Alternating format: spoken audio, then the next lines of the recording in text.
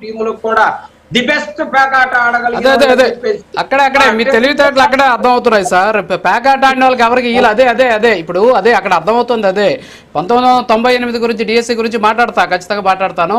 నేనేదో పొద్దున్న వేసేసి వచ్చేసి నేనే క్లీన్ చిట్టీలా. మీకు నారా లోకేష్ దమ్ము ధైర్యం ఉంటే మీరు చర్చకు రండి. మీ దగ్గర ఉన్నటువంటి ఒక్క ఎవిడెన్స్ చూపించండి. చూపించారా మీరు? నేను క్లీన్ చిట్ ఇవ్వడం కాదు, మనం చూడలేదా? కోర్టు ఏం చెప్పిందో చూసారా మీరు? కోర్టుని ఫాలో అవుతున్నారా?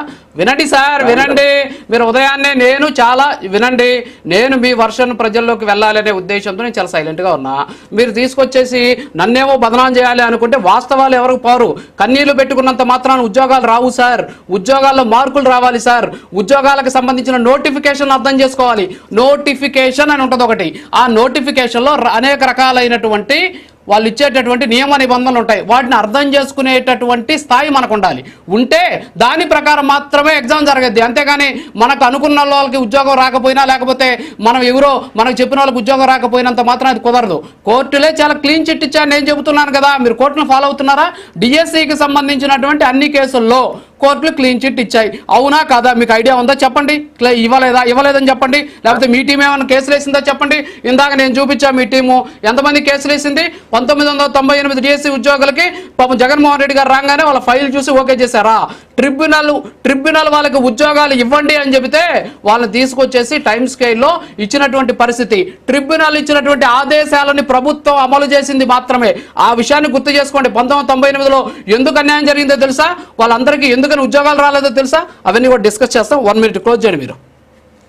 సార్, 1998లో జరిగినటువంటి అన్యాయానికి 2022లో జగన్మోహన్ రెడ్డి గారు ముఖ్యమంత్రిగా ఉండగా ఆయన గతంలో ఇచ్చినటువంటి హామీ ప్రకారం మాట్లాడుకుంటూ 2022లో దానికి సంబంధించిందంతా కూడా ఏర్పాటు చేసి 2023లో ఇవ్వటం జరిగింది. దానికేదో ట్రిబ్యునల్ చెప్పగానే, అంటే చంద్రబాబు నాయుడు గారికి ట్రిబ్యునల్ చెప్పలేదా అంతకుముందు?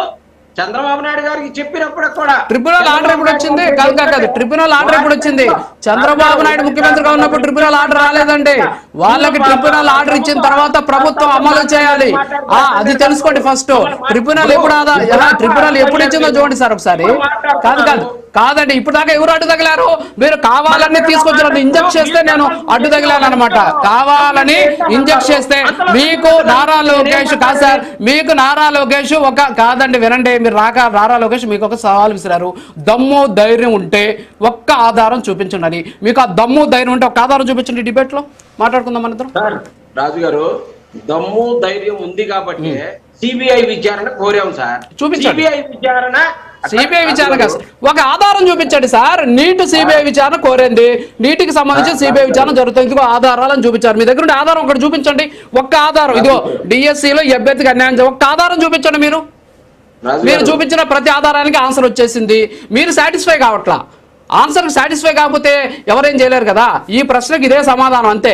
సో అది నేను ఒప్పుకోనంటే కుదరదు. ఇక్కడ ఆ ప్రశ్నకు అదే సమాధానం ఉంటుంది. సమాధానం మీరు ఇచ్చాక మాట్లాడేది ఏముంది?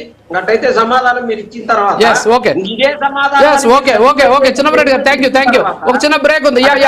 ఓకే సాటిస్ఫై అయినందుకు చాలా థ్యాంక్ యూ. సాటిస్ఫై అయ్యారు కదా, థ్యాంక్ యూ. ఒక చిన్న బ్రేక్ ఉంది. బ్రేక్ తర్వాత కంటిన్యూ చేద్దాం.